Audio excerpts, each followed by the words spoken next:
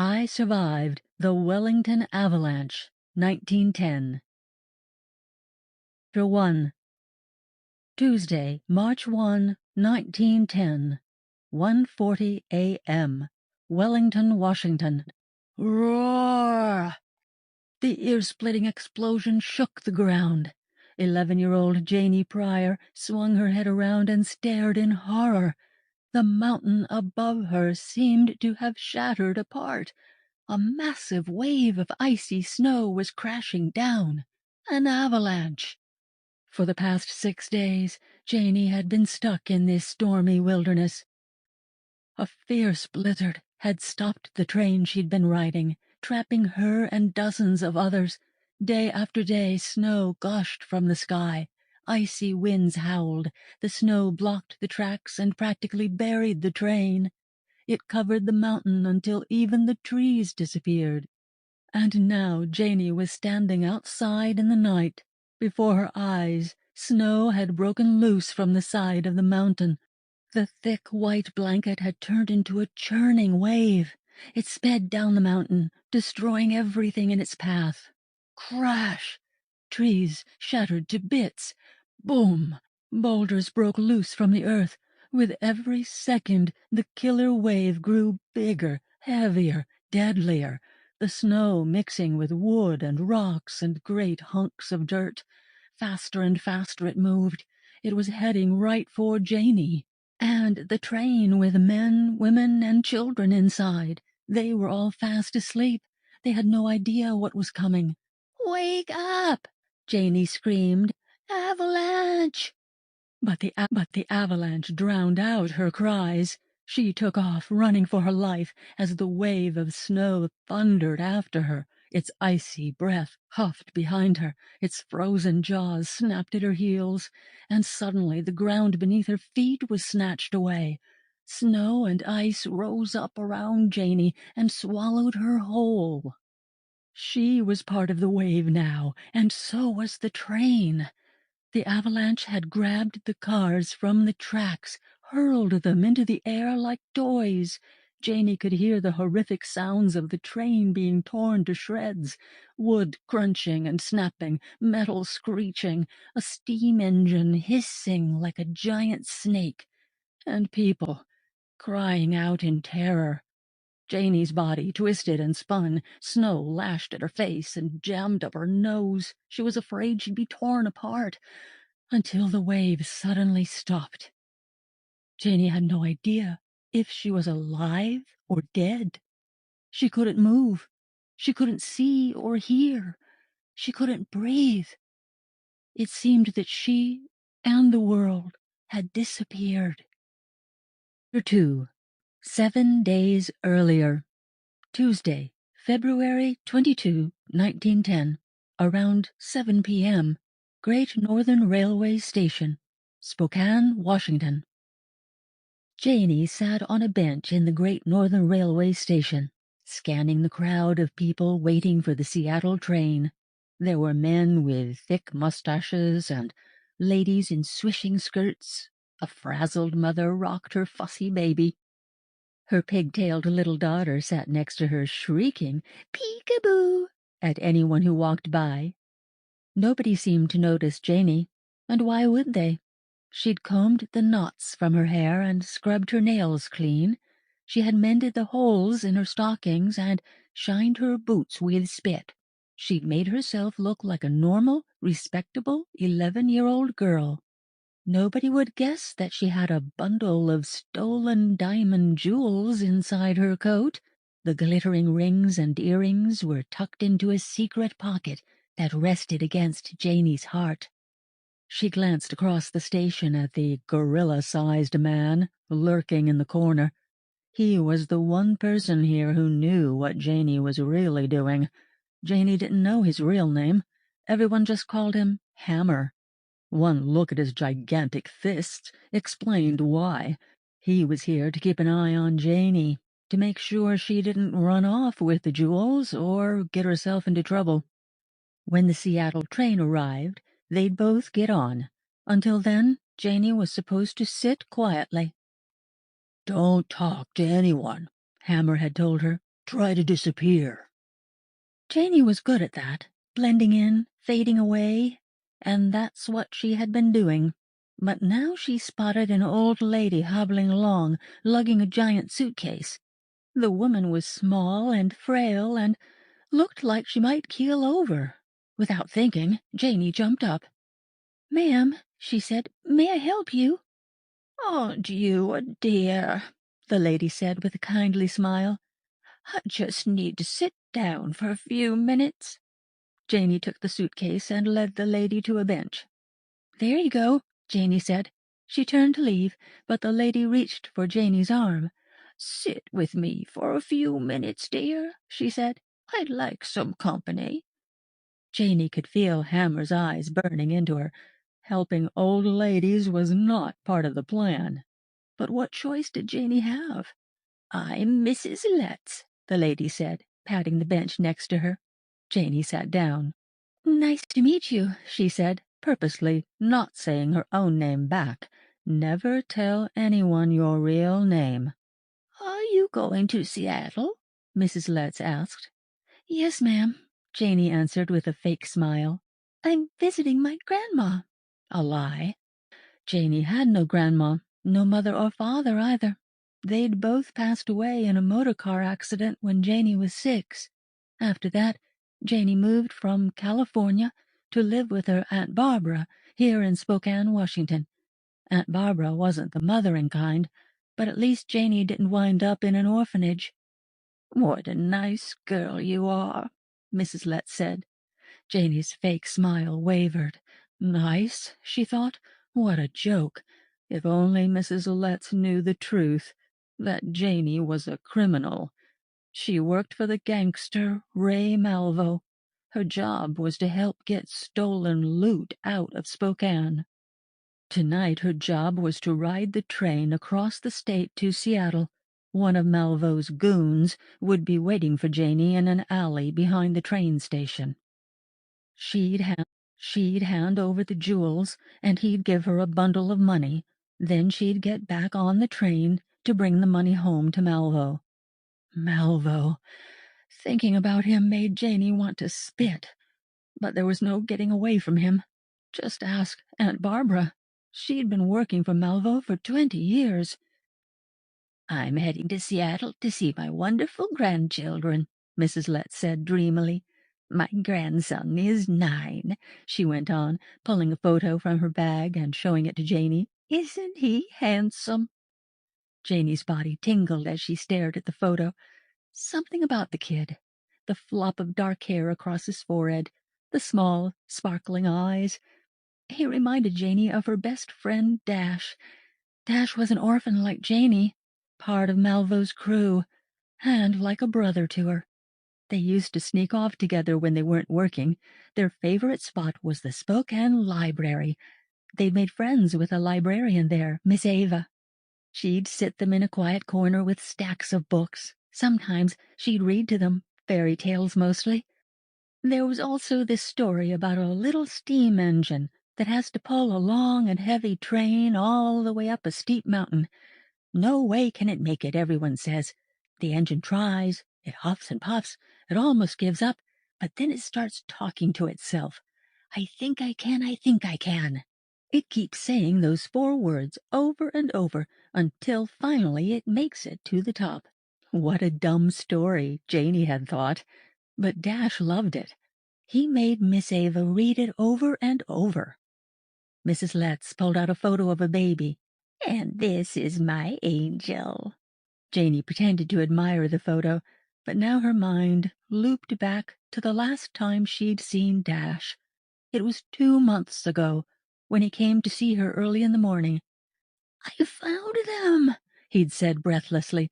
"My cousins." Dash had always suspected he had family in Boston. "Miss Ava tracked them down," he'd told her. "She wrote to them. They sent me a train ticket." Even now Janey remembered how she'd felt at that moment. Her heart seemed torn in two. Of course she felt happy for Dash, but how would she live without him by her side? And then she'd felt a stab of fear. "What about Malvo?" Janey had gasped. He didn't let anyone quit his crew. His vicious brutes would track Dash down. They'd make sure he never ran or walked anywhere again. "You can't do it," Janey warned. "I think I can," Dash said, leaning closer to Janey. "I think I can." At first Janey couldn't figure out where she'd heard those words before. From that silly train story. "Dash," she said, "this isn't a story. This is real life."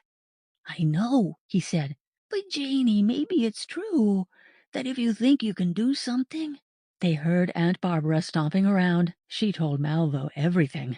Dash had to go. Now.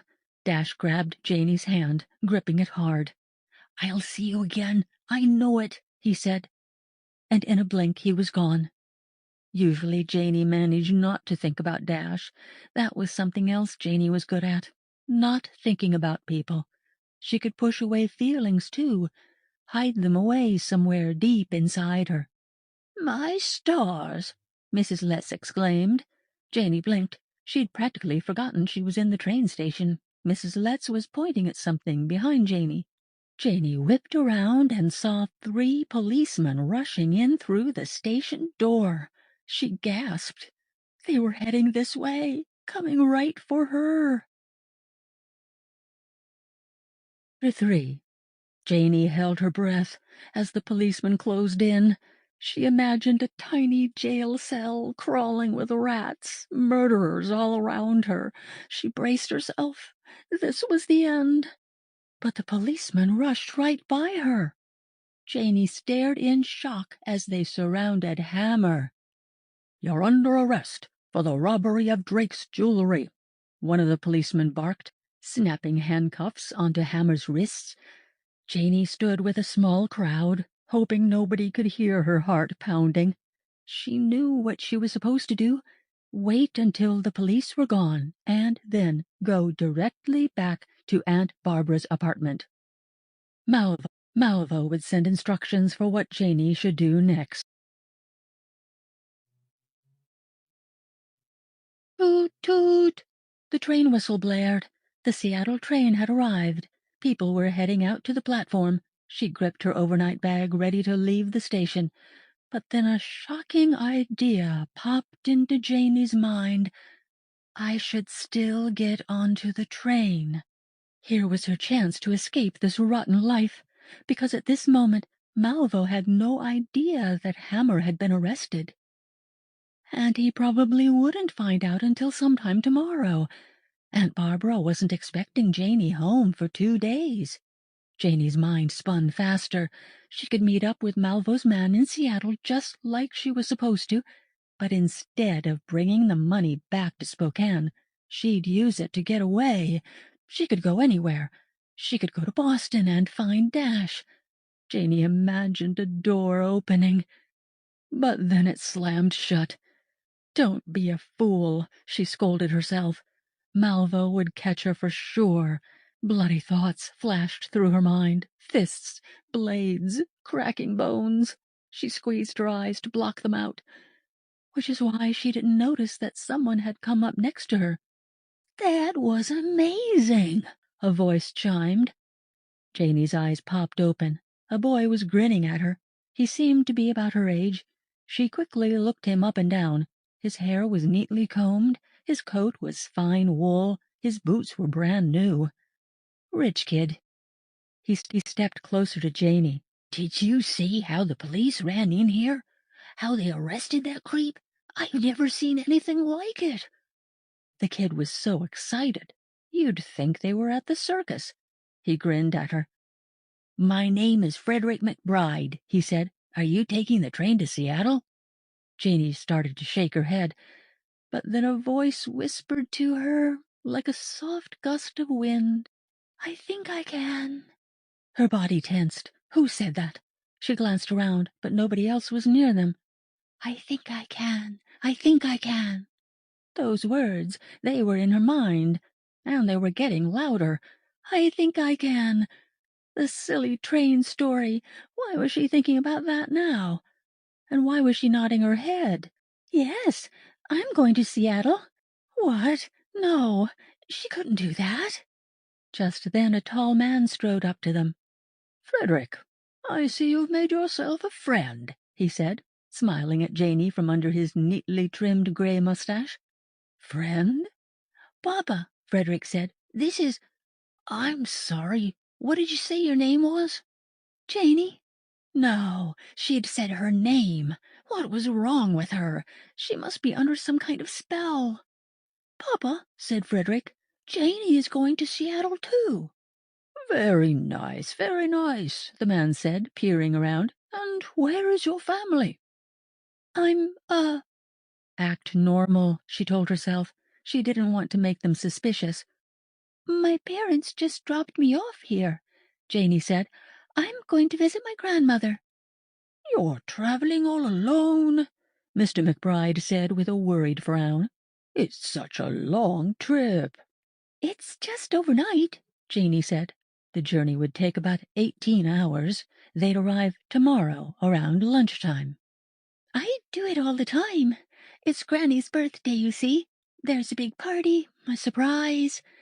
She was pulling lies out of thin air, but Mr. McBride didn't look convinced. "Maybe we should speak to the ticket man," he said. "It's just not safe." "Papa," Frederick interrupted, "what if Janey rode with us?" Mr. McBride's face lit up. "Of course," he said. "Are you traveling in one of the sleeper cars?" Sleeper cars? Those were first class. "No, sir," she said. "I'm in a day coach." That was the cheapest way to travel on a train. "Not a problem," he said. "I heard the train isn't too crowded. The fellow at the ticket window told me there are only about 55 passengers on the whole train tonight. I'll change your ticket. I'm sure there's room, and it would be our great pleasure, young lady." No, Janey told herself. Get out now. She eyed the station door, ready to bolt. But there was that voice again. "I think I can." Malvo's face flashed in her mind, his pale, watery eyes, and then Dash's face appeared with his hopeful smile. Janey took a breath. "Thank you, sir," Janey said in her fake, cheerful voice. "I'd be very grateful to ride with you." Chapter 4. Janey and Frederick followed Mr. McBride across the train platform, where the Seattle train was waiting. It was freezing cold, and it had started to snow. People hurried across the platform, zigzagging around workers lugging trunks and boxes. They passed families gripping children and suitcases, and a newsboy calling out the headlines. "Huge blizzard coming to Washington," he shouted. "Read all about it." Janey barely noticed any of it. She still couldn't believe she was going through with this. She kept looking over her shoulder, expecting to see Malvo. The police, but nobody was chasing after her, and somehow she resisted the urge to run. Mr. McBride strode up to the locomotive, the huge engine car pulling the train. Gray smoke curled from its smokestack, mixing with the icy snowflakes. "Look at this beauty," he said, patting the engine like it was a prize horse. It looked way bigger than the engine from that story, strong enough to pull a whole building. "Steam engines like this changed the world," Mr. McBride said proudly, as if he'd built it himself. He turned to Janey and Frederick. "When I was born, the only way to get to somewhere far away was by horse or boat. It would have taken us months to travel from Spokane to Seattle, and now look at us. This mighty steam engine is going to pull us across the state and over the Cascade Mountains. We're going to get to Seattle in time for lunch tomorrow." He looked at the engine again and smiled. "Incredible." "Papa, Papa," Frederick said, "if we don't get on the train, I think we're going to end up walking to Seattle." "Right," Mr. McBride agreed, giving Frederick's head a playful tap. As she watched them joking and laughing, Janey's mind flashed to a man with bright eyes and a gentle smile, her own papa, and Mamma, with her shiny curls and chiming laugh, and the grinning, carefree face of a little girl. Janey. Janey took a sharp breath and swallowed hard. She blinked her eyes, and Mamma and Papa were gone. Frederick talked non-stop as they hurried alongside the train, away from the locomotive. "Looks like there are 7 cars on the train," he said, pointing out the baggage car, the mail car, and 2 second-class day coaches. "There's an observation car at the very back. That's my favorite car, where people go to sit when they're not in one of the 2 sleeper cars. I'll show it to you." Janey nodded politely, but her skin was prickling. This kid really thought they were buddies, she realized. She was going to have to spend time with him on the train. She'd have to hold on to this nice girl act, keep careful track of her lies so she didn't get caught. Their first-class sleeper car was near the very back of the train. It was painted shiny maroon. "Welcome," said a smiling man in a blue uniform who stood at the door. "I'm Mr. Anderson. I'll be your porter for this trip. If you need anything at all, you let me know." "Thank you, sir," Mr. McBride said, stepping aside so Janey could go first. She hesitated for a split second. This was her last chance, and then she climbed aboard. Janey stared in amazement at their sleeper car. The polished wooden walls gleamed. The seats were plush red velvet. Flickering brass lamps filled the car with a golden light. It was like the lobby of the Pennington Hotel, the best in Spokane. That's where Malvo sent kids to pick pockets and steal purses. It even smelled good, like perfume and cigars. Now Janey understood why the first-class cars were way in the back of the train. That way the richest passengers didn't have to breathe in the stinking, choking smoke from the locomotive. On her last train trip, the smoke in the day coach was so thick it burned her throat. When she blew her nose, her snot was pitch black. They walked through the narrow aisle. "Well, hello, dear," said Mrs. Letts from the first row. Janey forced a smile. In the next row was a young woman writing furiously in a notebook. From behind her seat, a freckled face popped up. It was the pesky little girl from the station. "Peekaboo!" the little girl shrieked, grinning at Janey. She jumped up and down like a crazed kangaroo. "Violet, sit down," said her mother as she tried to calm her fussing baby boy. "Peekaboo! I see you," Violet said again. "I think she likes you," Frederick said to Janey. Janey hoped not. Little kids were trouble. Once they got attached, there was no shaking them loose. "Here we are," Mr. McBride said, pointing to 2 big seats across from each other. "The beds are hidden in the ceiling," Frederick said, pointing up. "The porter, Mr. Anderson, will come through later and take them down for us. They're really comfortable. Curtains come down in front, so you feel like you have a private room." Dash would love this, Janey thought. Mr. McBride and Frederick stowed their fine leather suitcases under their seat. Janey did the same with her frayed canvas bag. She had nothing to sleep in, she realized. Nobody wore pajamas in the day coaches. All she had in her bag were some clean underclothes and a pair of red knee socks. She guessed it didn't matter. She wasn't planning to actually sleep tonight. She had to stay awake and on guard. "May I hang your coat for you?" Mr. McBride said, holding out his hand. "No, thank you," Janey said quickly, taking a step back. She couldn't let her coat, or the diamond jewels hidden in that chest pocket, out of her sight. "I'm a little chilly." The train whistle shrieked. "Whoo! Whoo!" A man's voice shouted out, "All aboard! Train 25, the Seattle Express!" "Here we go," Frederick said. Janey sat down in her seat as the train gave a shudder and started to move. Slowly at first. Chug, chug, chug. Then faster. Chugga, chugga, chugga, chugga, chugga, chugga, chugga, chugga. Janey looked out the window. It was snowing harder now. The station lights twinkled through the white swirl and then disappeared as the train picked up speed. There was no turning back now. Chapter 5. Later that night, around 8:30 p.m. "Come on," Frederick said to Janey. "We're going to the observation car." "No, thank you," Janey said politely. "You don't need to worry about me." What she needed to do was lie low, try to disappear until the train arrived in Seattle. But Frederick and Mr. McBride weren't going to let her out of their sight. "You're with us, my dear," Mr. McBride said. Janey's heart sank. What choice did she have? She was supposed to be a girl with good manners. Mr. McBride had paid for her to ride first class. It would be rude to refuse the invitation. The observation car was just behind their sleeper car. There were big chairs along the windows and tables where some men were playing cards. They found some seats, and Mr. McBride quickly made friends with 2 other passengers.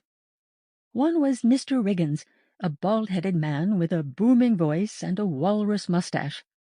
The other was the young lady with the notebook that Janey had seen when she first got onto the train. Her name was Libby Wade. She was from Minneapolis, and it turned out she was a writer. "If I may ask," Mr. McBride said, "what are you writing about?" "This train trip," answered Miss Wade. "A journey west on the Great Northern Railway." She explained that she'd already traveled more than 1,000 miles through Minnesota, North Dakota, Montana, and Idaho. This stretch, 350 miles across Washington state, was the last part of the trip.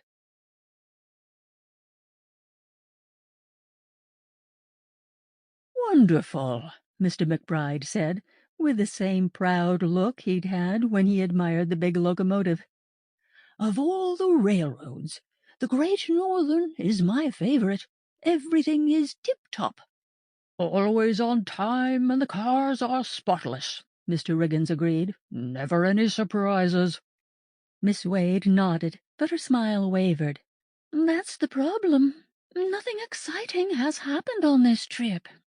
If only she knew, Janey thought. "I'm afraid this article is shaping up to be a dud," Miss Wade added. "But what about meeting us?" Frederick asked, with a big joking grin. Everyone chuckled, and Janey fake-smiled along. "Well, of course," Miss Wade said. "That's the best part of being on a train, meeting interesting people." "I met my dear wife on a train," Mr. McBride said. Janey pictured Frederick's mother, some rich lady dripping in jewels and silk, Janey was sure. She'd overheard Mr. McBride telling the others that he was a banker, and that the family lived in Seattle, probably in a huge palace. "But, Miss Wade, this trip isn't over yet," Frederick said. "The young man is correct," Mr. Riggins nodded. "In fact, for us, it's just beginning. Maybe something exciting is yet to come." Miss Wade sighed. "I'm afraid not," she said. "We'll go to sleep soon, and when we wake up, we'll practically be in Seattle." Thank goodness for that, Janey thought. "But wait," Frederick exclaimed. "I know what you can write about." He leaned forward.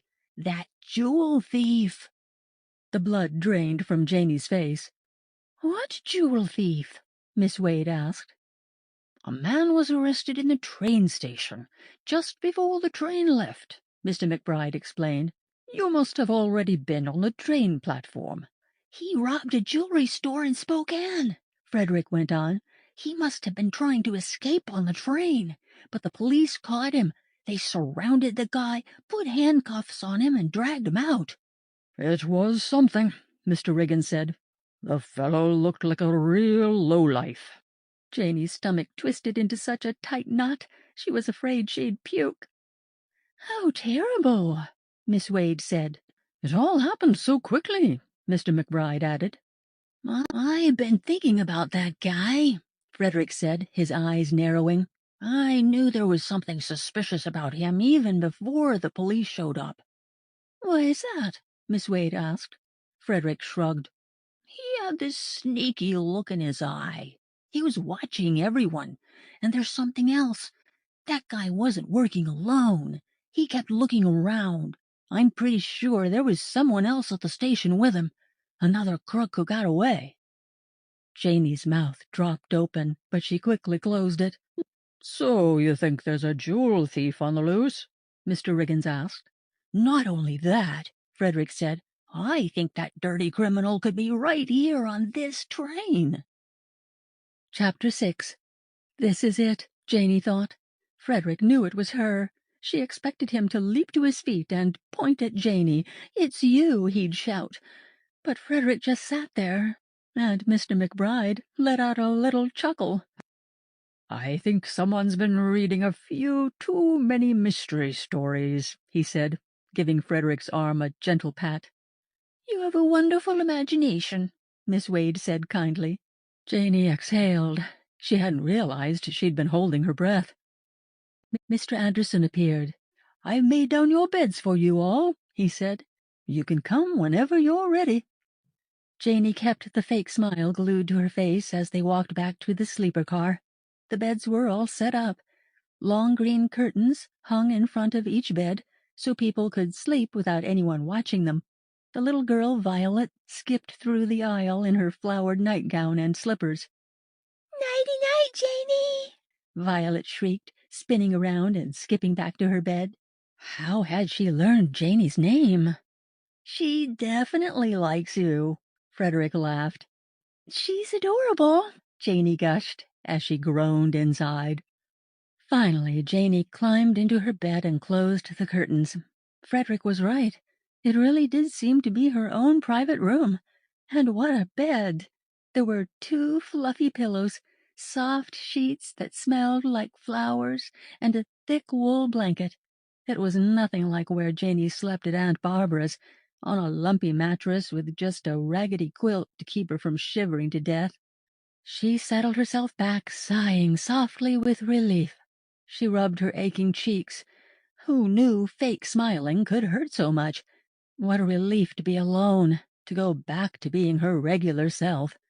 She'd made it through the evening. Like Miss Wade had said, they'd be in Seattle soon. Janie would lose Mr. McBride and Frederick in the Seattle station. Then she'd find Malvo's goon in the alley, get the money, and buy herself a ticket for a train heading east. Excitement shimmered inside her. By tomorrow night, she'd be free.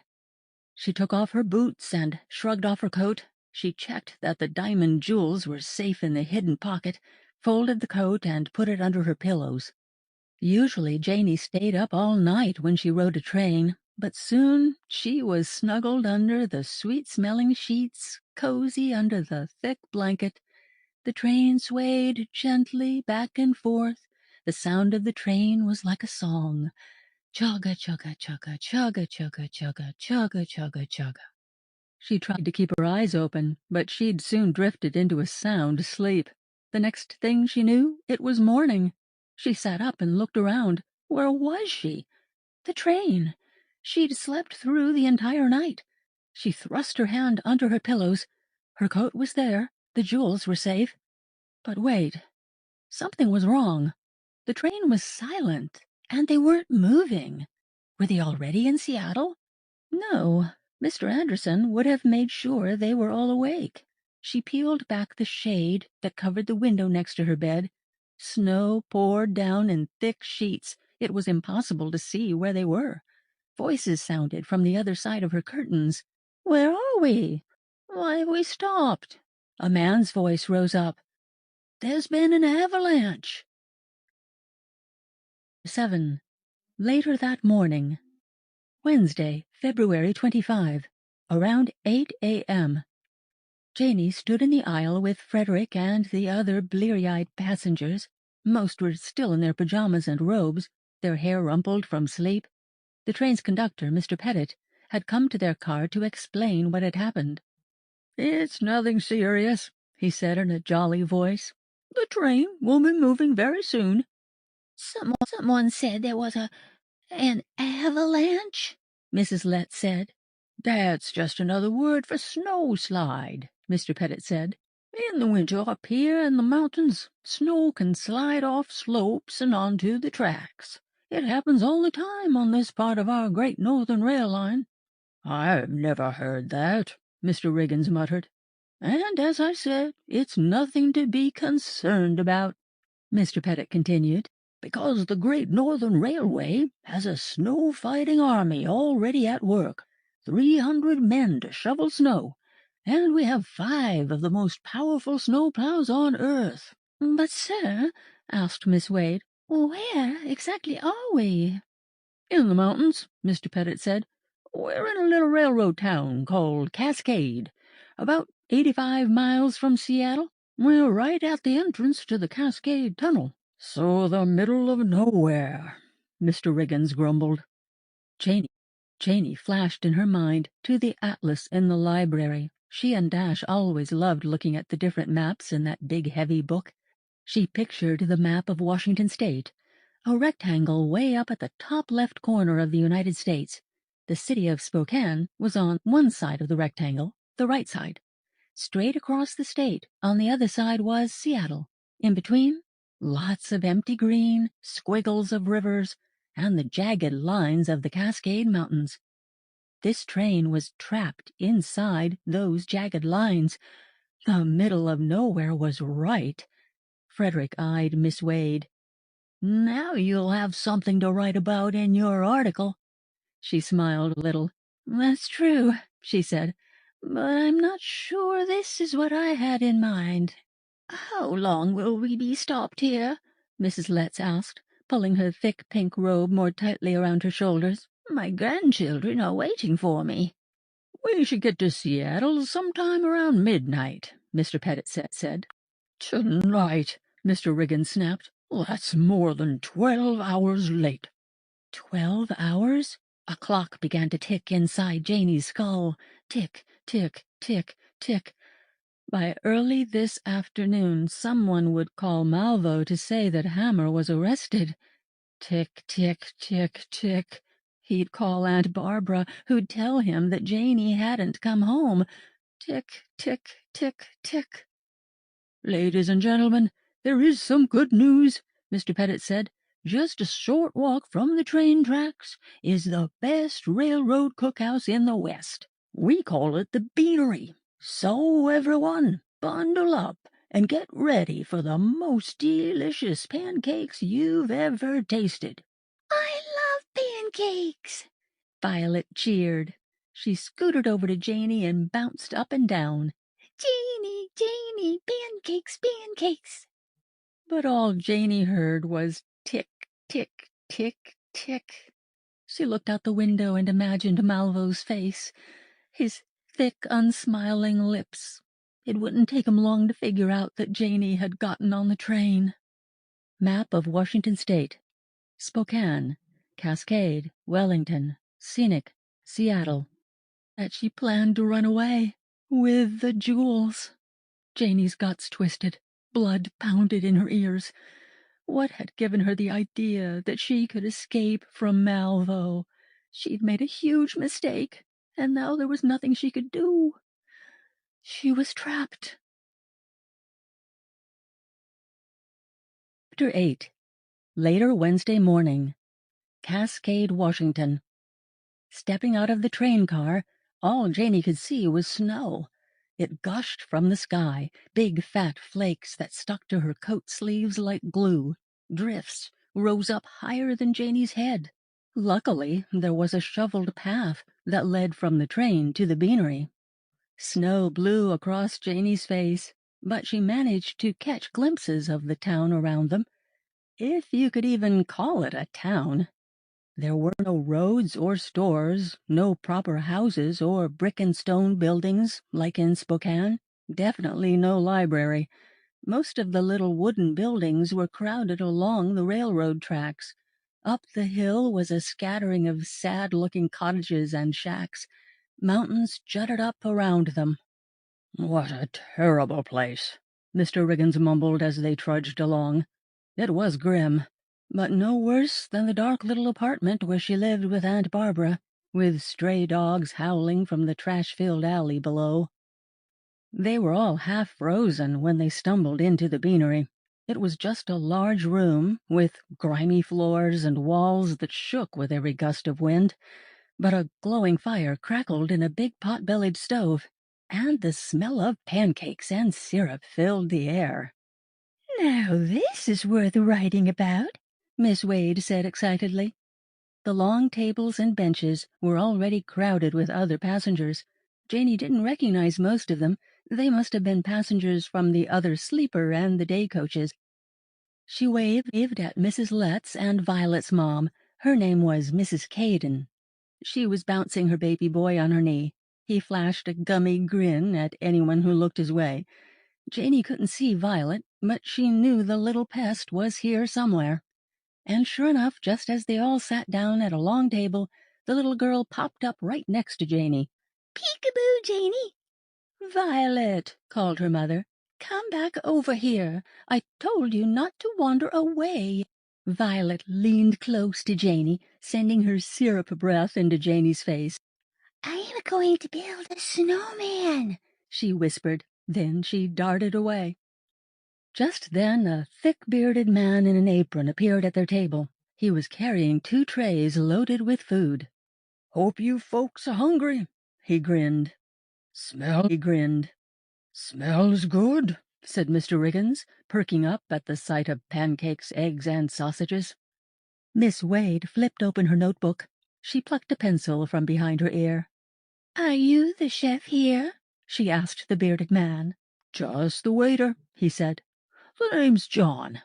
There's our cook, Harry, right over there." He pointed to a tall man standing behind a huge cook stove. The man looked over with a welcoming smile and a big wave. "It's very generous of you two to feed us all," Mr. McBride said. "It's a big crowd," he said. "We've got the passengers and crew from your train, plus 8 more men from the mail train." "Mail train?" Mr. Riggins asked. "It arrived here a few hours after your train. Stuck here, too." Everyone piled their plates high, but Janey's stomach was still twisting and churning. She couldn't even think of eating. Glancing up at the windows, she kept imagining Malvo's face, shrunk down on the bench. If only she really could disappear, like a wizard in one of Miss Ava's fairy tales. Groups of passengers came and went. Each time the door opened, the wind sent napkins flying and snowflakes swirling through the air. "Quite a blizzard out there," Mr. McBride said as John poured coffee from a battered tin pot. "I'll say," John said, "we get more snow up here than almost anywhere in the whole country, and this blizzard is one of the worst I've seen in my many years here. Yesterday we got 10 feet of snow, maybe more. Trains are stuck up and down the line. Telegraph service is knocked out. Telephones, too, all over the state." Janey's ears pricked up. "Nobody can send a message?" she asked. "Or call anyone?"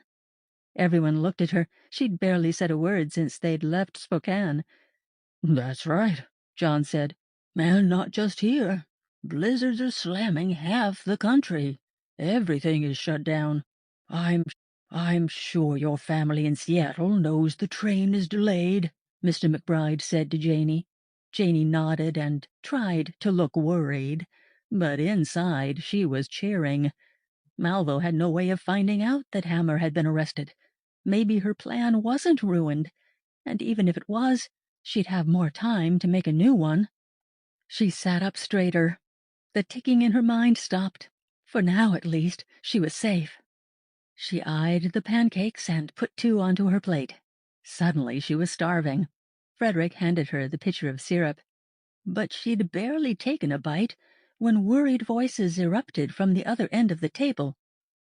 "Violet! Violet! Where is she? I don't see her anywhere." "What's happened?" Miss Wade called out. "My little girl!" cried Mrs. Caden. "She's gone." Chapter 9.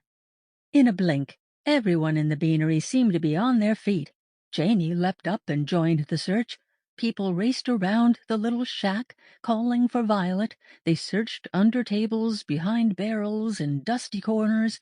but there was no sign of the little girl. Suddenly Janey remembered what Violet had whispered to her. "I'm going to build a snowman." "She's outside!" Janey shouted, racing toward the door. "No, she couldn't have gotten out," Mrs. Caden gasped. But Janey knew how easy it was to slip away when no one was looking, to disappear. With so many people coming in and out of the beanery, Violet could have snuck outside without anyone noticing. Without even thinking, Janey opened the door and plunged into the blizzard. Frederick, Mr. McBride, and Miss Wade rushed out after her, along with John and some others. "Violet!" they called. "Violet!" Only the wind and snow answered them. The cold drilled through Janey's thin wool coat and up through the patched holes in her flimsy boots. Her bones seemed to freeze. Nobody would last long out here, she thought, especially not a little kid. Janey thought of those many freezing nights she'd spent shivering behind buildings, hiding out from the police. How her hands would get numb, how her teeth would chatter so hard she was afraid they'd crumble to dust. "Violet!" she hollered as loudly as she could. "Violet!" She heard a sound, like a cat mewing, but no cat would be out here in the snow. Janey listened more closely. She narrowed her eyes, peering through the swirling snow the way she scanned the streets of Spokane for police and stray dogs. But all she saw were snowdrifts, until one of the snowdrifts seemed to move. Janey lurched forward and thrust her arms into the snow. She felt a warm body. Violet! Janey lifted the shivering little girl out of the snow and held her. "Janey found Violet!" Frederick shouted, punching his fist in the air. "Brava!" cheered Miss Wade. Janey smiled, a real smile, the first one since Dash left. They warmed Violet up in front of the crackling fire. Her mother had peeled off her soaking dress. Harry, the chef, had found a thick flannel shirt for Violet to wear and a blanket to wrap around her. Pretty soon the little girl was smiling and back to her bossy self. "I want more pancakes," she demanded, climbing on Janey's lap. "I just cleaned the grill," Harry said. "But for you, sweetheart, I'll fire it up again." "Thank you," Mrs. Caden said gratefully, "but I'm going to take Violet back to the train."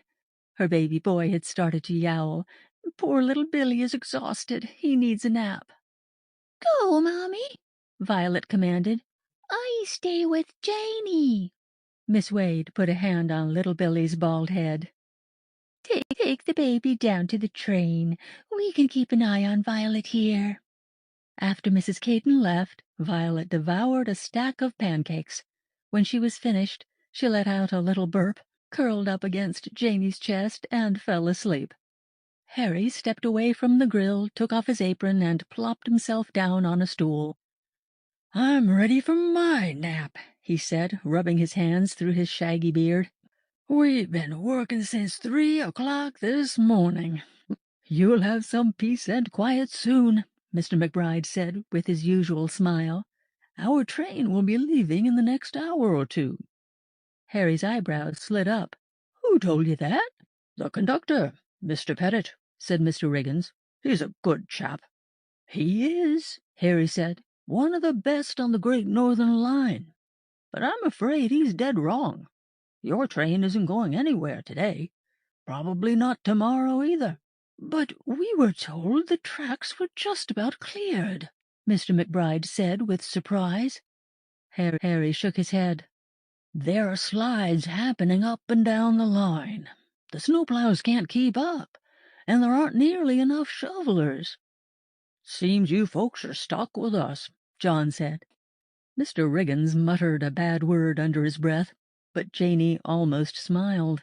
The longer the blizzard lasted, the more time she had to make her plan.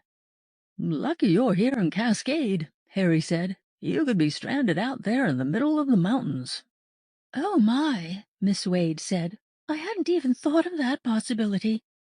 "It happens," John said. Just a few years ago, in 1907, there was a train like yours that got stranded. They were stuck for 10 days. 10 days? Mr. Riggins exclaimed. The snow was coming down so fast, John continued. The plows and shovelers couldn't get to the train. They ran out of coal, Harry said. Couldn't run the heaters. What about food? Mr. McBride asked. They did have a dining car, unlike your train, Harry continued. But that food ran out very quickly. I imagine people were starving. That train must have stunk, Frederick said. Where did everyone... You know, Frederick, Mr. McBride warned. But Janey understood. The toilet rooms in their sleeper car already smelled terrible. I don't know about that, Harry said, but things must have been mighty bad, because passengers gave up waiting to be rescued. They left the train and walked 5 miles along the snowy tracks until they got to a town. Walked? In a blizzard? Mr. McBride said, his eyes wide. That's right, Harry said. It's a miracle they all made it back, that nobody froze or got buried by a slide. Don't forget the grizzly bears that live up here. And bobcats, John said with a shudder. Wolves, too. I wouldn't head out there for all the money in the world. And good thing we don't have to, Mr. McBride said. Just then Violet woke up. She rubbed her face against the front of Janey's coat. Then her head snapped back. Ouch! She cried. She looked up at Janey with teary eyes. There was a long scratch on her cheek, oozing blood. What happened? Frederick said as Harry rushed to get a clean rag. Miss Wade leaned close to Violet. Oh, it's just a little scratch, she said with relief, lifting Violet from Janey's lap. She must have nicked herself outside in the snow. Janey glanced down. To her horror, she saw a tiny, sparkling point poking out through the front of her coat. It was part of a diamond.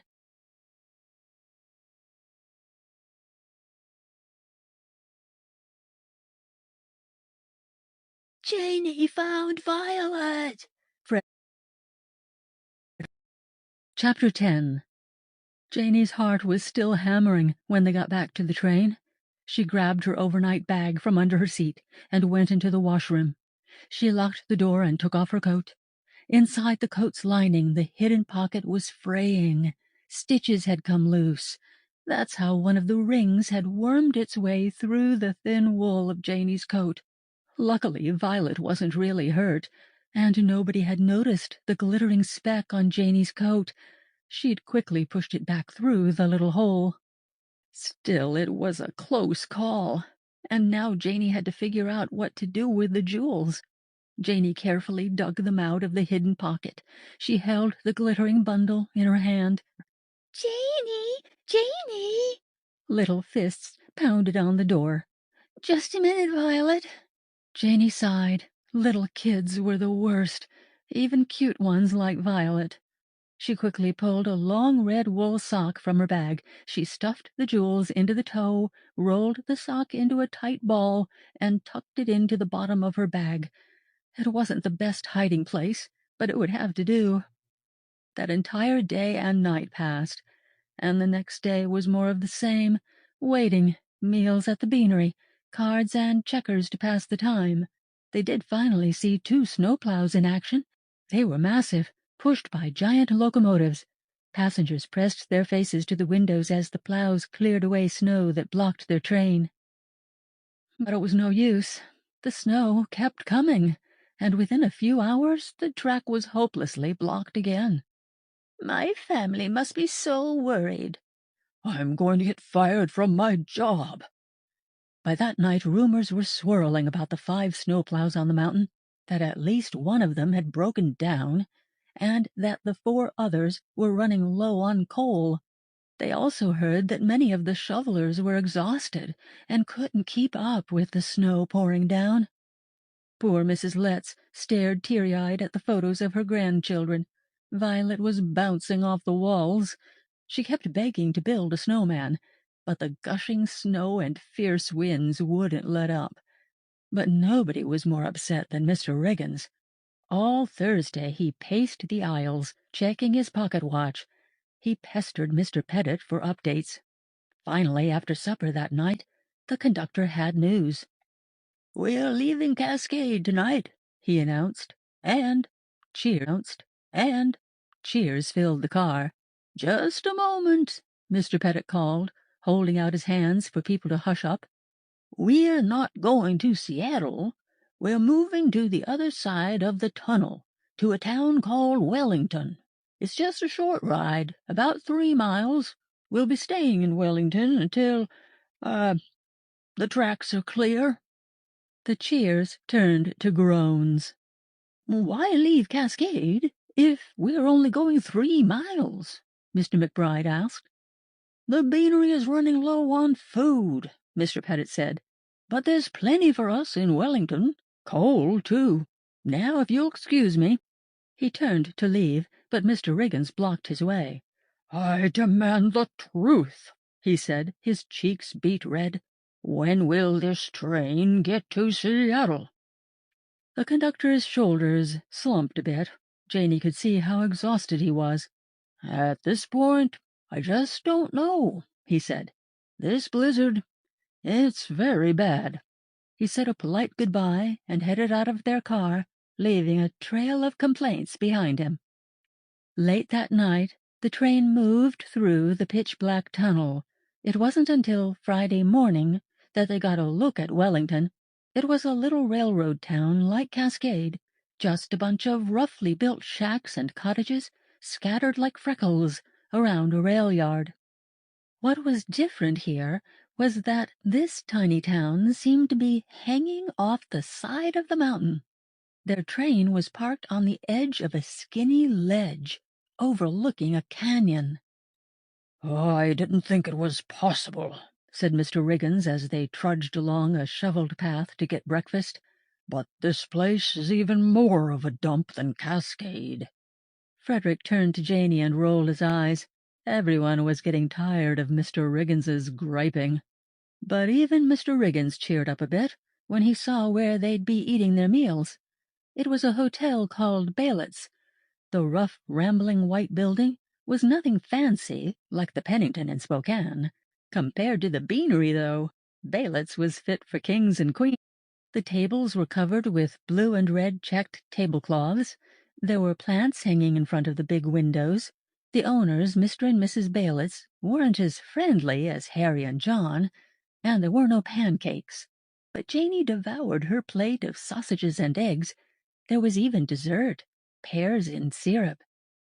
Janey had just swallowed the last sweet bite when the dining-room door flew open. A young man staggered in.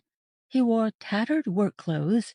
Icicles hung from his tangled beard, and he had a bloody bandage dangling from his head. Janey saw right away that he wasn't from their train. Mrs. Bayliss leapt up to help him through the door. "I've come from Cascade," the man rasped. "I walked through the tunnel. I just had to get out." Someone grabbed a chair for the man, and Mrs. Bayliss wrapped a blanket around him. "There was an avalanche," he said, his voice quavering. "A monster avalanche. It took everything." Gasps filled the dining. "It happened early this morning, before dawn," the man stammered on. "I heard a terrible sound. At first, I thought it was trains coming, but it was louder than that. I never heard such a sound." The man looked around with wild eyes. Janey's palms started to sweat. She wasn't sure if she wanted to hear what came next. "I looked up, and it seemed like the entire mountain was breaking apart. The snow came down so fast. There were trees, boulders." More gasps rang out, and a few sobs.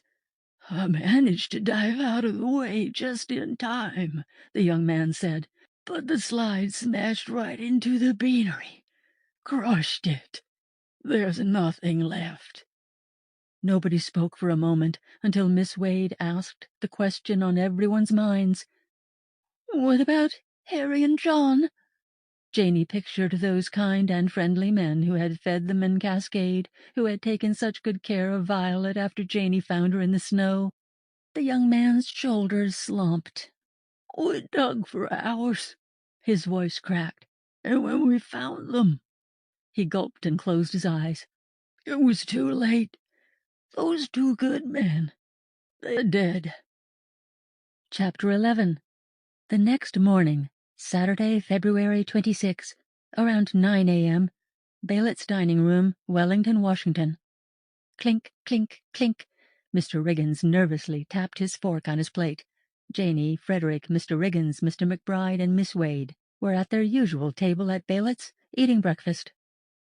"The same thing that happened in Cascade could happen here," Mr. Riggins said grimly. "You can see how the snow is piling up on the side of the mountain.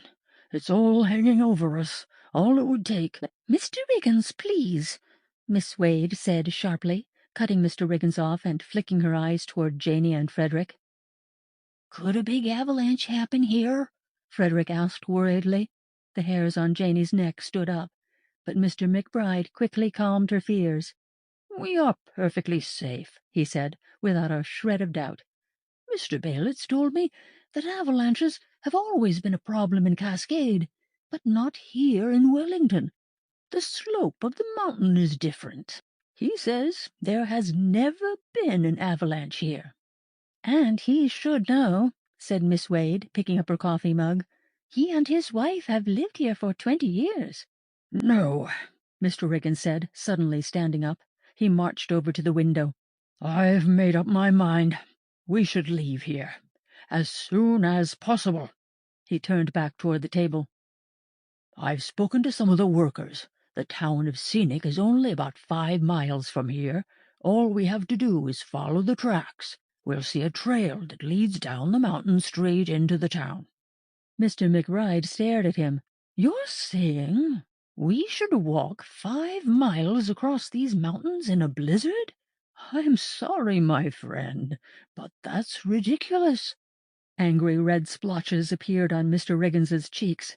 "You're not thinking clearly," Mr. McBride went on. "This blizzard will be over soon. Mr. Pettit says—" "Pettit has no idea what's happening," Mr. Riggins snapped, pounding his fist on their table. A fork clattered to the floor. "Don't you see? We're like those passengers on the train that was stranded in 1907. We're on our own. If we want to get out of here, we're going to have to walk, because if we don't get out of here soon—" "Mr. Riggins," Miss Wade said. "I'm leaving tomorrow morning," he said, "with or without you all." And with a last huff of anger, he stormed away. "He'll never do it," Mr. McBride said, reaching down and picking up the dropped fork. But Mr. Riggins left early the next morning, taking 3 other men with him. All day people worried about what could happen to them. "They could fall off a cliff. I hear there are packs of hungry wolves out there. If they're buried in a slide, we won't find them until spring." The mood on the train got gloomier and gloomier with each passing hour, and not only because people were worried about Mr. Riggins and the other men. Snow was piling up on the mountain. Food was running low at Baylett's. Dinner that night was greasy potatoes and bitter fried onions. Adding to the worries, the train was out of fresh water. Mr. Anderson was melting snow, so they had water to drink. But there wasn't much for washing up. No wonder the train stunk so bad, like sweaty bodies and dirty diapers. Nobody ate much at breakfast Monday morning. Janey picked at her plate of greasy potatoes. Their little group was getting ready to head back to the train when 4 men stumbled in through the dining room door. They looked half frozen, with beards caked with snow. Each carried a big shovel. "That's our army of shovelers," Miss Wade whispered, lifting her eyebrows. "Poor things." "We've come from Scenic," called out a tall man with a bright red nose. "Is Mr. Baylett's here? We have a message about some men from your train." Frederick looked at Janey with wide eyes. "It's about Mr. Riggins," he said. The red-nosed man reached into his pocket and took out a piece of paper. He handed it to Mr. Baylitz. Mrs. Letts's hands flew to her heart. "Oh, dear," she gasped. The dining room fell silent, and all eyes were on Mr. Baylitz as he unfolded the paper. Janey braced herself for terrible news. Chapter 12. Mr. Baylitz looked up from the note, and a smile burst onto his face. "They made it to Scenic, and by later today they'll all be on a train back to Seattle." Happy shouts bubbled up through the dining room, and relief washed over Janey. She hadn't realized how worried she'd been. "But Riggins warns that others should not try to walk to Scenic," Mr. Baylitz went on. "Says it's too dangerous." The red-nosed man nodded. "I'd never do it again." "We almost got buried in a slide coming here," said a tall man in a ragged coat, his voice raspy with fear. "Thought we were done for." Stay or go, stay or go. That's all anyone was talking about in the observation car that afternoon. Janey and Frederick listened in as they played their 100th game of checkers. "I'd leave this train if I could," Mrs. Letts said, "but I wouldn't make it very far. And what about people with young children, like Mrs. Caden? How could she manage hiking through a blizzard with Violet and the baby?" They'd never make it, Janey thought. "You're safer here," Mr. McBride assured Mrs. Letts. "We all are," Miss Wade agreed. Frederick and Janey went on with their game. Frederick was winning, and he was studying the board closely. But then he suddenly looked up at Janey. I know it sounds odd," he said quietly, "but I kind of like being stuck out here, away from school, from everything." Janey flinched as she suddenly thought of what might be waiting for her in Seattle. Malvo's goons, the police, more cold nights hiding in filthy alleys. Up here in the middle of nowhere, Janey hadn't thought of any of that. Part of her definitely wished this blizzard would never end. "Me too," she said to Frederick. But why wouldn't Frederick want to go back home? Janey figured his life was perfect in Seattle, like a prince in one of Miss Ava's fairy tales. "I miss my mom and everything," Frederick said, as though he'd read Janey's mind. "But at home I barely ever see my father. He's always so busy. And, well," he looked up at Janey, "it's fun to make a new friend." A friend? Janey couldn't stop herself from smiling. "For me, too," Janey said, and to her surprise, she realized she wasn't lying. Frederick was about to win Janey's last checker when Violet appeared. She was bright-eyed from her nap. She raced over to them, bumping the table and scattering the checkers into a jumble. "No," Frederick laughed. "I was about to win." "Don't be so sure," Janey joked, picking Violet up and plopping her on her lap. "I want to build my snowman," Violet said. Again. "Actually, the weather isn't so bad right now," Frederick said, glancing out the window. It had warmed up overnight. For a few hours, the snow had actually turned to rain. It was snowing again now, but not too hard. "Let's go," Janey said. They bundled Violet up and took her outside. Frederick found a shovel, and they got to work. Soon 3 other kids from the day cars joined them. They threw snowballs and climbed the drifts.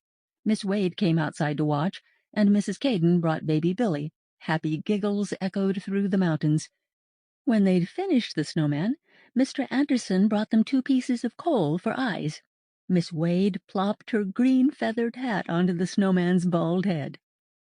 "Very elegant," Mrs. Caden laughed. "Now let's get inside." Violet was sopping wet, and Billy was fussing. "But Snowman needs a scarf," Violet cried. "She's right," Frederick said, looking around. "We'll find one later," Janey said, picking the little girl up.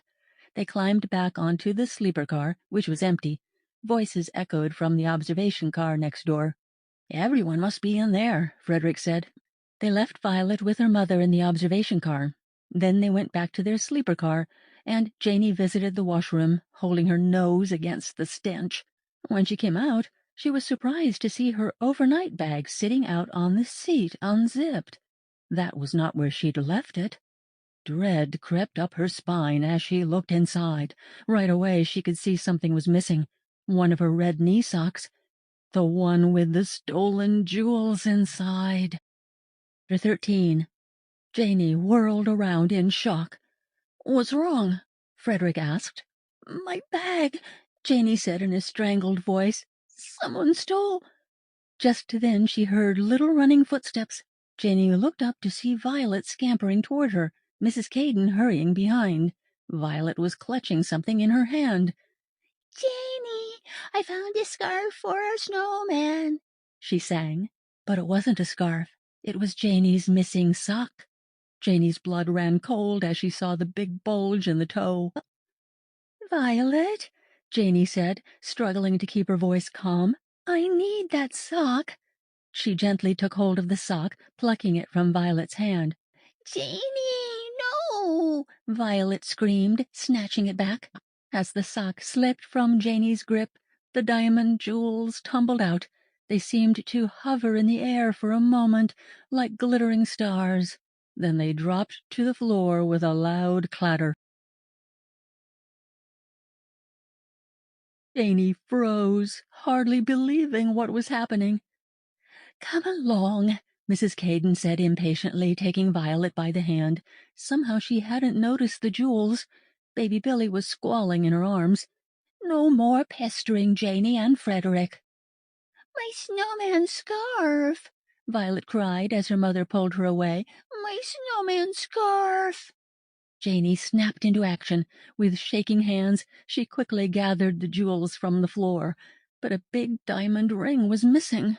Where could it have gone? She glanced all around, panic rising in her chest. There it was, right on top of Frederick's boot. She reached for it, but Frederick beat her to it. He studied the ring in his hand while they both slowly stood up. "Here you go," Frederick said, confusion flickering in his eyes as he handed her the ring. But then he froze, and Janey watched as his expression changed from confusion to shock. His eyes widened, and his mouth dropped open. His eyes moved from Janey to the ring and back again. "Janey," he said, his voice barely a whisper, "where did all these come from?" Janey opened her mouth to answer, but no sound came out. Are you, that man in the train station?" Again Janey tried to say something, but her voice had disappeared. Frederick stared at her. "Are you a thief?" He whispered the last word. Lies swarmed into Janey's mind and lined themselves up on the tip of her tongue. She looked at Frederick, really looked for the first time in all the days they'd been together, and she could see that he really did care about her. She swallowed the lies. "I didn't steal them," she said, squeezing the jewels tight in her palm. "My job was just to take them on the train to Seattle." Her voice wasn't bright and cheerful now. It was barely a whisper. "There's a man named Ray Malvo. I work for him. Other kids do too. Orphans mostly. I don't have a grandmother or parents." Frederick's face started to change again, but Janey looked away. She knew he was disgusted with her. What was she thinking, spilling all this? Her heart clenched, like a fist closing tight. Frederick didn't care about her. He cared about a girl who didn't exist. The polite girl, the respectable girl with manners and a cheerful smile. Not the real Janey, the dirty criminal. Janey had to get away, now, before Frederick blabbed to his father and Miss Wade. She turned and stuffed everything in her bag. She grabbed her coat, and then, without another word, she ran down the aisle of the empty sleeper car and out into the cold. Chapter 14. She sprinted away from the train, ducked behind a snowdrift, and crept around to the back of the coal shed. "Janey!" Frederick had come after her. "Janie!" he shouted. Any minute he'd find his father. He'd tell Mr. McBride that Janie had been lying since the moment they met. Mr. McBride would be furious. Soon everyone on the train would know who she was. What she was. After her, and when they found her, they'd lock her up somewhere. A shed, the freight car, until they could hand her over to the police. Tick, tick, tick, tick. Janie had to get away, but to where? Tick, tick, tick, tick. She closed her eyes, clearing her mind. She had to remember who she really was. Not some goody-goody little girl, not a spoiled prince like Frederick. Janie had spent most of her life in the shadows. She knew how to hide, how to escape, how to disappear. A plan quickly came to her. She'd walk to Scenic, then get on a train to Seattle, just like Mr. Riggins had done. She'd find a way to sell the jewels. She'd find a pawn shop somewhere, and then get to Boston, just like she'd planned. But she couldn't leave for Scenic now. It was getting dark. She'd need to hide somewhere until the sun came up. Baylitz, she decided. Supper hadn't started yet. Only Mr. and Mrs. Baylitz would be there right now. Janie would sneak in and find a place to tuck herself away for the night. She peered around the coal shed. She didn't see or hear Frederick. He must have gone to the observation car to get his father and Miss Wade. She pictured their furious faces, their looks of horror and disgust. She closed her eyes again, wiping her mind clean. Janie scurried up toward Baylitz. She glimpsed Mr. and Mrs. Baylitz through the dining-room window. Ducking down, she made her way around the side of the building to a back door. In a flash, she was inside, hurrying past the kitchen. She scanned for a place to hide. She heard footsteps. She had to move quickly. She held her breath and rushed down the hall, carefully opening the first door she saw. It was a storage room, filled with crates and barrels. Perfect. She squeezed behind a big barrel, settling herself in a dark corner. She lowered herself to the floor, pulling her knees tight to her chest. It was pitch dark in the room, but Janie was used to the dark. Tiny footsteps scratched around somewhere close. Rats, she was sure, but Janie was used to rats. Her stomach grumbled, but Janie was used to being hungry. Soon she heard muffled noises drifting from the dining room. Voices, clinking dishes, scraping chairs. Supper had started. She pictured Frederick and Mr. McBride, Violet and her baby brother. Tears prickled behind Janie's lids. She squeezed her eyes closed, pushing the faces away.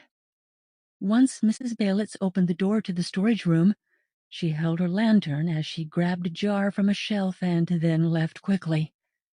The hours drifted by. The dining room noises faded. Janie tried to sleep. She'd need plenty of strength for her long trek through the snow. Finally, she managed to drift off until, boom! Her eyes popped open. She was lying on the floor, curled up under an empty flour sack. It took her a moment to remember where she was. Boom! The jars on the shelves rattled. Was that thunder? How much time had gone by? Could it be morning? Janie wriggled out of her hiding place, stood up, and cracked open the door of the storeroom. She slipped out of the room and started down the hallway. Lightning flashed as she passed the kitchen. She caught a glimpse of the clock on the wall. 1:35 in the morning. It was still the middle of the night, hours before she could leave for Scenic. She heard the rain pouring down and more rumbles of thunder. Strange, she thought. She'd never heard of a thunderstorm after a blizzard. She hoped the rain stopped before morning. She turned to go back to her hiding place, but then she heard noises coming from the dining room. "We looked everywhere, but she's nowhere to be found." Mr. McBride, for sure. "We have to keep looking for her." Frederick. Janie crept closer, peering around a corner. They were standing just inside the front door with Miss Wade and Mr. Baylitz.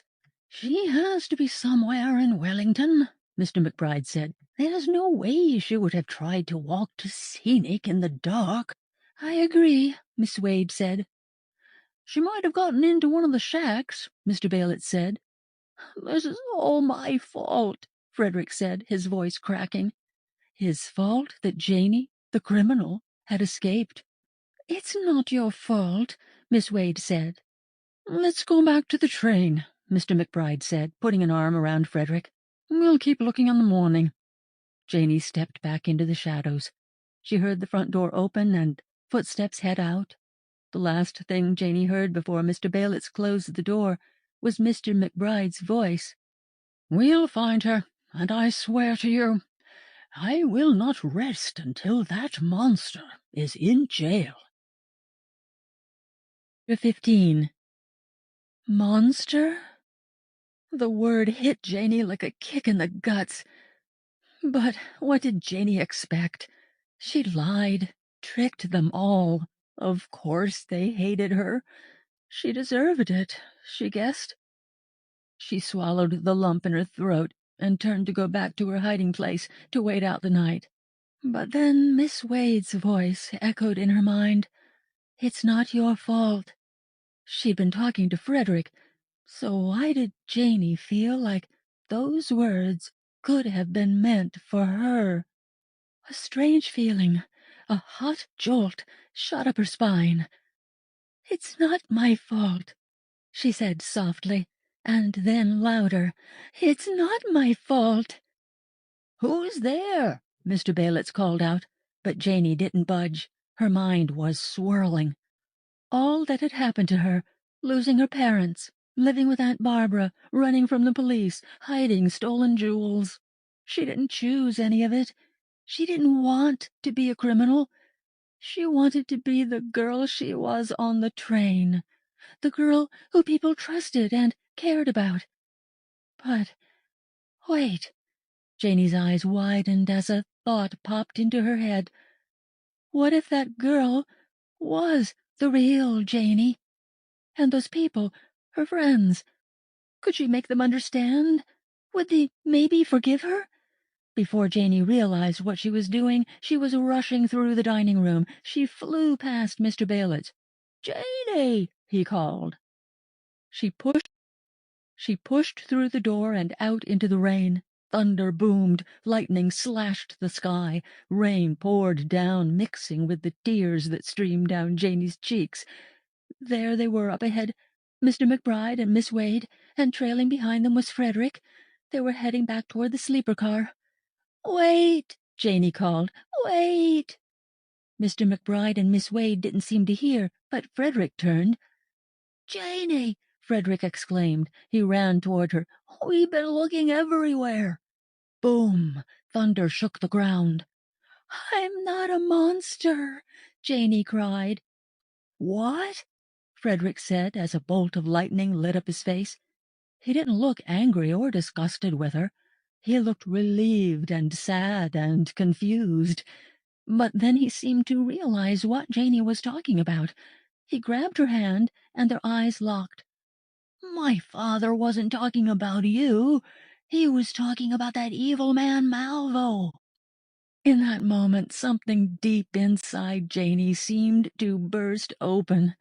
All those dark thoughts and feelings she'd been pushing away, the hurts and terrors, the tears, the questions, the memories. She couldn't hold them inside any more. She heard a strange sound. Whomp!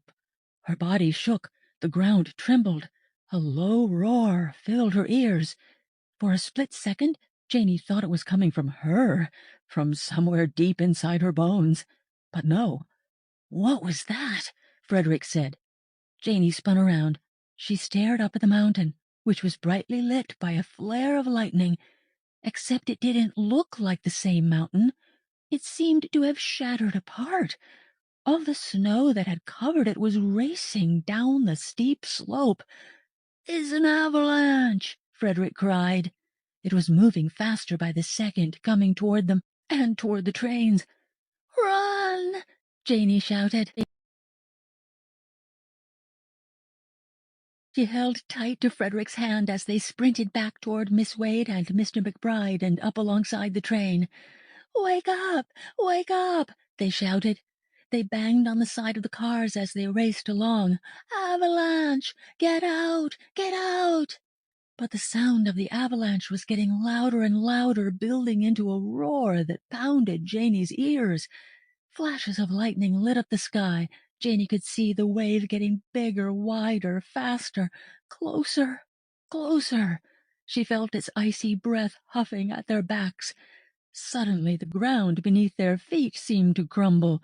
Janie's hand slipped from Frederick's. Her legs were pumping through the air. Snow and ice rose up around her. She felt she was being swallowed by a ferocious beast. Its massive jaws clamped down around her, its frozen teeth gripping her flesh. It was eating her alive. She was part of the avalanche now, and so were the train cars. They'd been lifted off the ground. Janie could hear them breaking apart all around her, wood shattering, metal shrieking and groaning, the steam engine hissing like a furious snake. Fitz, crunch. Snow swirled all around her. It raked her face, rushed up her nose, pummeled her body like hundreds of fists.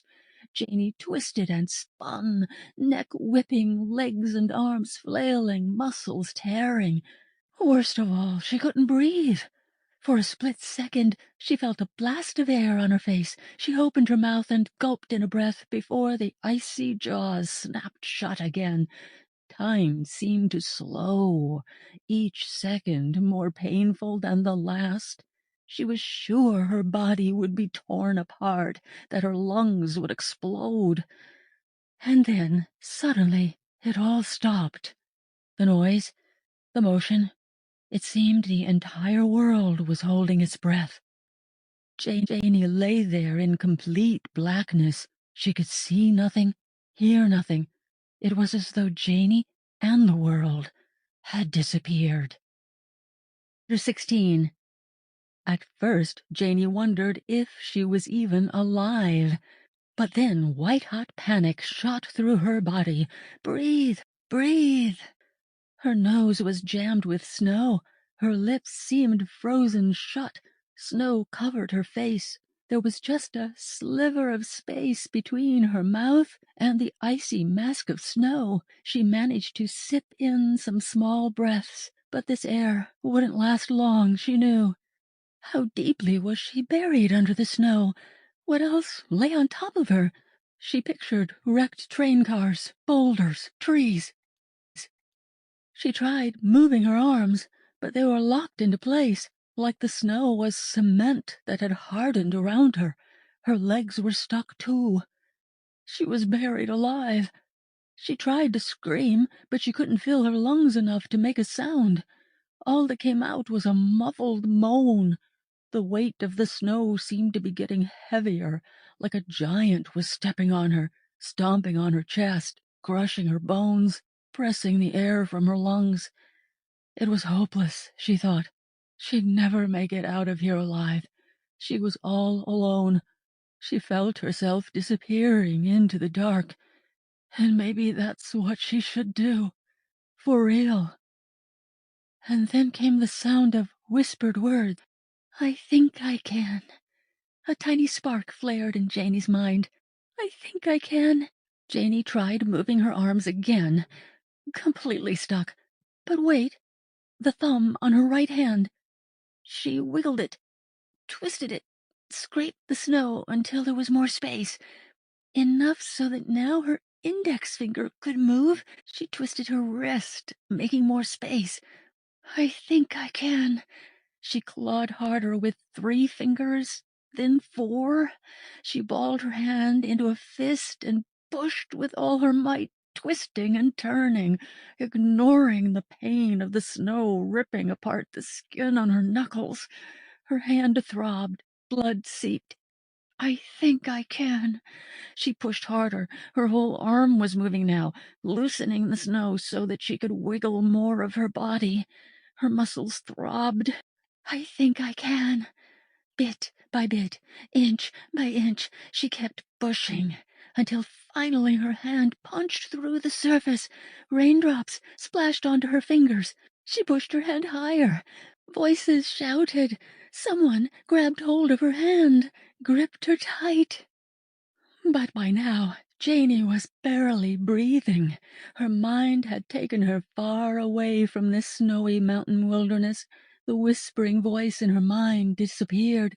She didn't hear the shouts of people frantically clearing away the snow and train wreckage that covered her.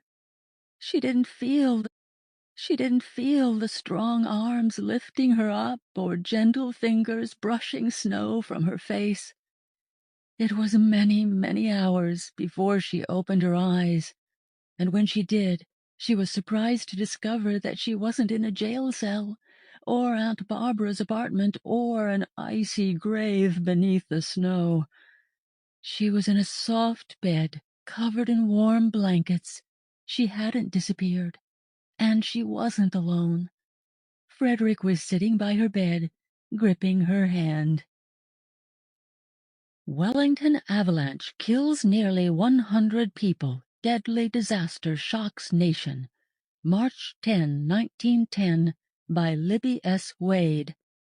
A deadly avalanche struck the town of Wellington, Washington, early in the morning on Tuesday, March 1. The exact number of dead is still not known, but estimates are close to 100. Most of the victims were passengers and crew from 2 Great Northern Railway trains. The trains had been stranded for 6 days, trapped by a blizzard that dropped more than 30 feet of snow. The avalanche struck at approximately 1:40 a.m. on March 1, perhaps triggered by an unusual thunderstorm with heavy rains.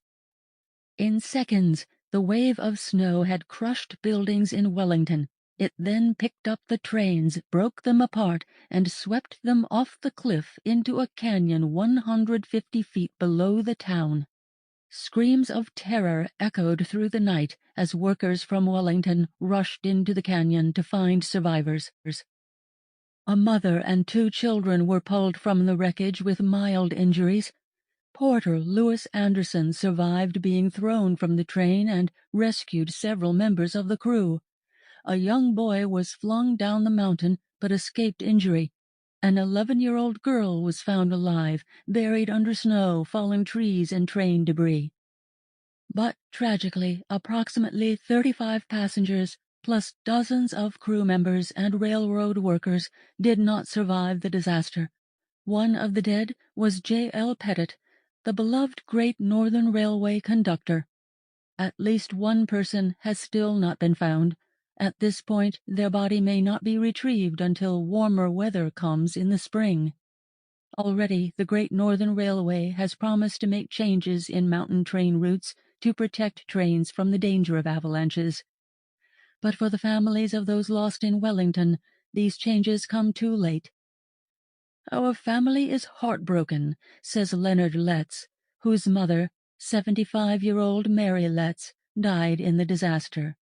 "But she will live on in the hearts of her children and grandchildren." 17. 3 months later.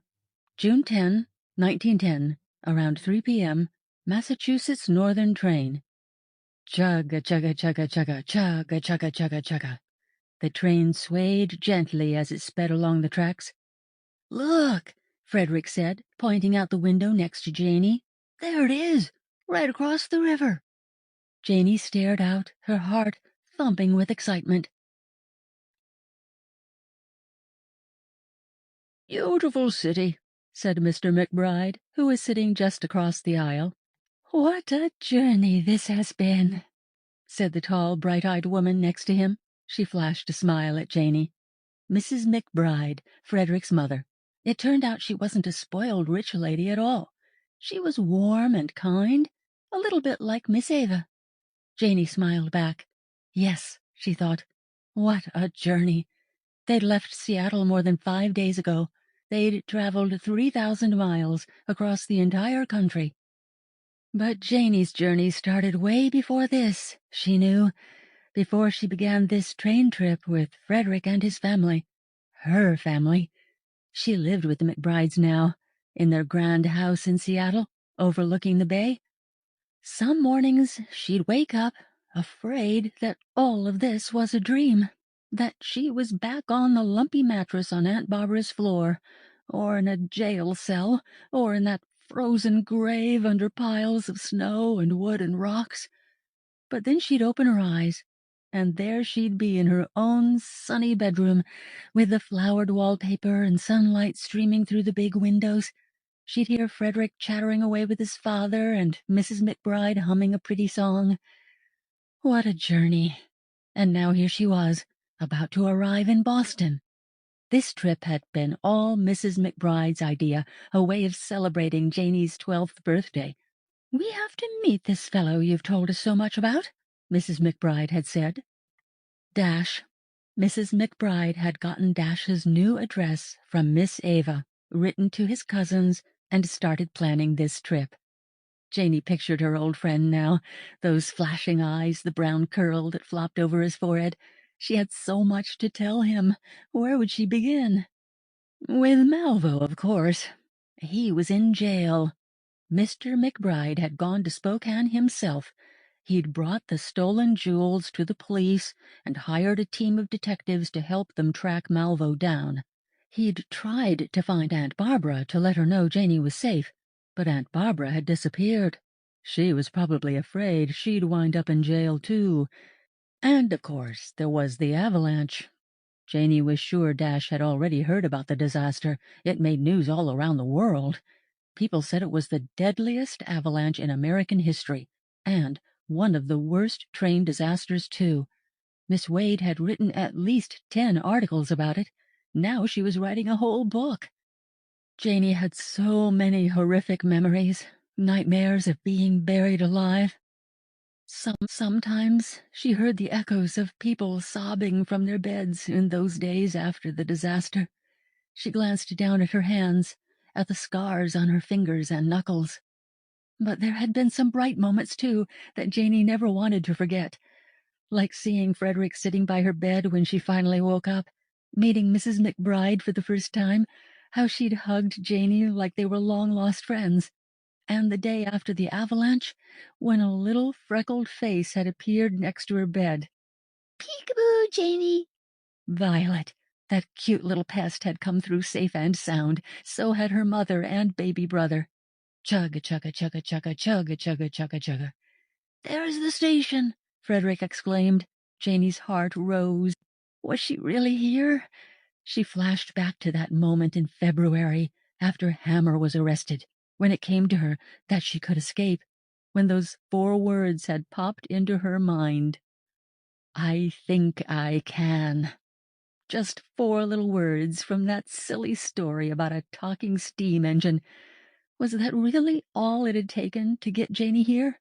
Just those 4 little words? No, Janie knew.